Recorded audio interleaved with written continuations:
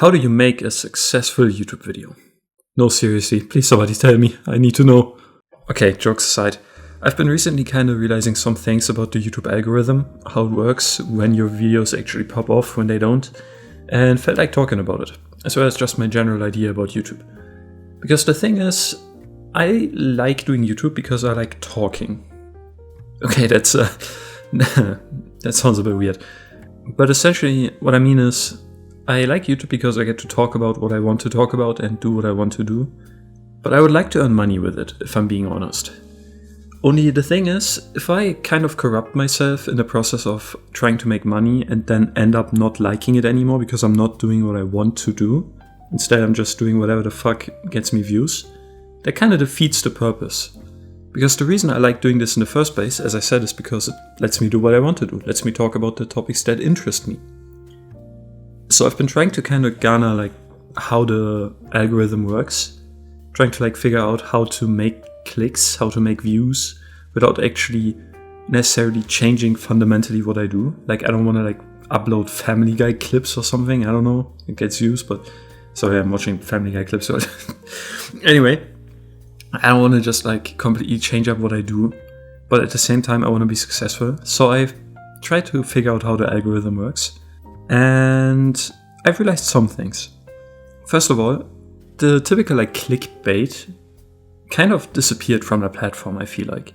The big red circles and the "you won't believe what she did," and then it's woman just being kind of slightly annoying or whatever the fuck it is, right? The usual clickbaity shit kind of disappeared, and I think for a very good reason, because the YouTube algorithm doesn't actually reward a lot of people clicking on a video in and of itself.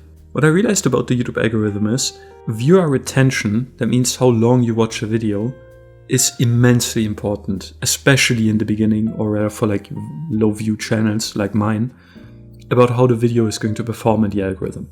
This means that the video gets recommended to more people if a lot of people, or if people in general, have a high retention rate. That means that they watch for a long time. If you do a typical clickbait video that's entirely and widely missing the point of the thumbnail and or title, then people are probably going to click off rather rapidly because they don't necessarily feel like watching a video that's not what they clicked on. They feel, maybe if it's rage baity, they'll engage with it, because rage bait actually works to drive retention, I feel.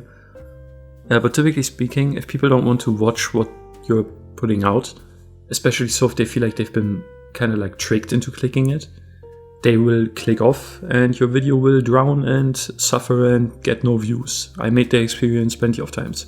Which means thumbnails and titles are not all there is, but they're still important because they're how you get people to click on your video in the first place.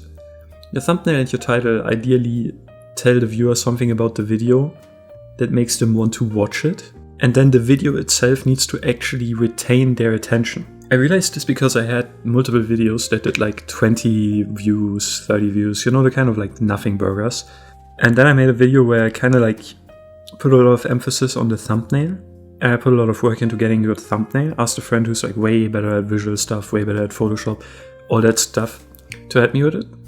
And that video got 170 views or something like that. But I checked the statistics and the retention rate was god awful. People just clicked off immediately. And I think that was because I sound fucking dead inside in that video. So I tried to switch it up. I tried to get a good thumbnail going, but also have a more lively rant. A bit of a, sound less dead inside, kind of. To see if maybe that helps with the retention rate. And that was my last video I uploaded, talking about empathy and Dr. K. And that video had a way better retention rate, and therefore got recommended to way more people, despite completely flopping in the first day. The video had 12 views or 14 views or something like that in the first 32 hours. But the retention rate in those 32 hours was good. The average watch time was 3 minutes or something. So YouTube kept recommending the video, even though the click-through rate was god awful. Nobody clicked on the video at first. But YouTube just kept recommending it to people, and apparently it found people that wanted to watch my content. I think, I hope, I don't know, at least the views are going up, which, yay. And it has more likes than dislikes and positive comments, so yay, I think. It's a bit dubious. I don't know what exactly people like about the video. I guess it's just, since it's a talking video, they watch from my input, I hope.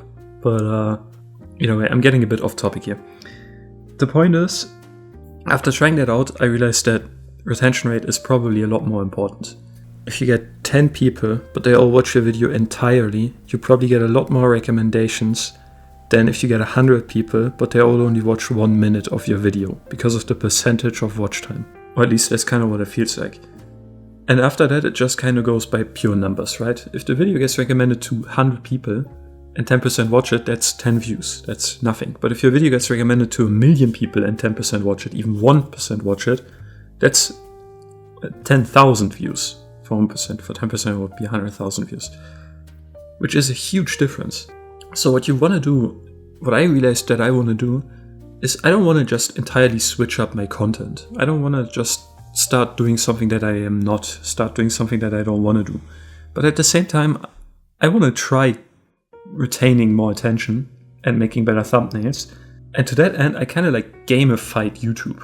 I don't know if that's a heavy way to look at it, but you know how in different games you'll have like these silly little mobile games, for example, Hill Climb Racer or whatever the fuck it was called. Okay, maybe I shouldn't swear like that, whatever it was called. No one heard that.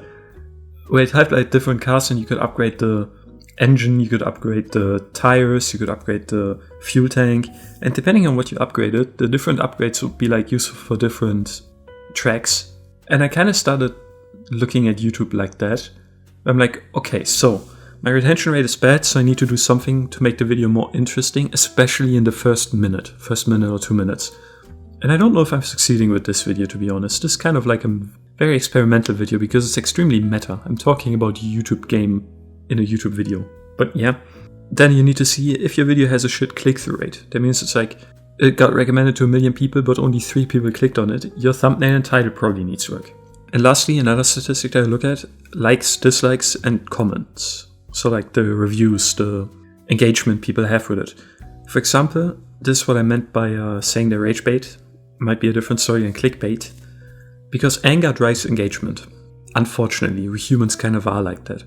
So one thing that you can also do to make views, but I just don't want to do, this goes back once again to the I don't want to change my content up, is you can just get people mad. Present something that they want to disagree with. Present something that they'll get angry with. Because then people will unironically watch your video to prove you wrong, or to write mean comments or something, or to make fun of you. So if you do something that like entirely goes against their ideas, they might watch your entire video just to shit on you in the comments for something you did, said, or did wrong, or what they can prove you wrong in the comments for.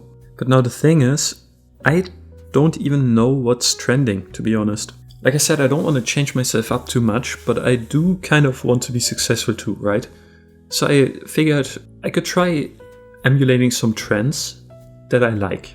Because a trend in and of itself is nothing bad, right? It's when you change yourself, or in my opinion, that's kind of what I think, how I think, is when you change yourself to be something you're not, that it's kind of inauthentic, that it's kind of inhonest. That is something that I don't like.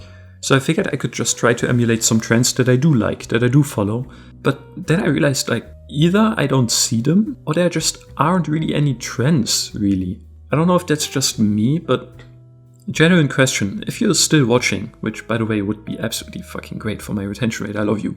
But anyway, if you're still watching, what actually are trends right now, like in the last month or something on YouTube? I don't know if that's just me being like insulated from trends because I live in my own little bubble, but I feel like there isn't really anything anymore like, say, 5 years ago, 6 years ago, like the big YouTuber, the KSI, the Rice Gum era kind of YouTube, where there are certain trends like room tours become a trend, and then everybody's like doing the my $1 million mansion in whatever room tour, or it becomes a trend to show off your car, or it becomes a trend to do a specific challenge or something like that. I feel like that isn't really there anymore. There are particular people that are trending, but no longer like activities or ideas that are trending, I feel. Maybe that's just me though. Maybe, I don't know. I'm not trying to, genuinely not trying to like bait you into commenting here. I'm really curious, because to me it feels like there are because to me it feels like there's Kaisenet, there's Mr. Beast, there's Speed, for example. I show Speed. There's like people who make it really big no matter what they do. They stream Minecraft, get 100,000 views. They stream getting over it, get 100,000 views. Whereas actual trends, something like the opposite of that, a streamer or YouTuber who only gets 100 views, but then does like a specific trend and gets like 10,000 views, is just non-existent anymore. But honestly, that's kind of a good thing for me, I feel. Because what that means for me is I try to go out to find trends, but realize there aren't really any trends anymore. At least I don't really see them much anymore. So I might as well just do myself and try to become popular with that. So yeah, that's kind of where I'm at. I decided that I wanted to try being more successful on YouTube and did all those thinkings, all those analytics, but don't really know what to do essentially. So I think I'll just continue talking about my interest, about my ideas, and trying to make them more interesting. Maybe try to make them funnier, make them more relatable, be more energized like I'm doing right now. So if that works, I'd be super glad for some feedback. Something like, hey, I'd really like it more if you would do this, or hey, you're doing this really great, or hey, this is really interesting, or hey, you completely suck ass at this. Okay, you don't need to be mean like that. But anyway, if you're already sorry, if you're still watching by now, that's already plenty. I'm super grateful for everybody that's already watching, and my rant here is done. I don't think I have anything more to say about YouTube. Thank you for watching. Have a great day. Bye bye.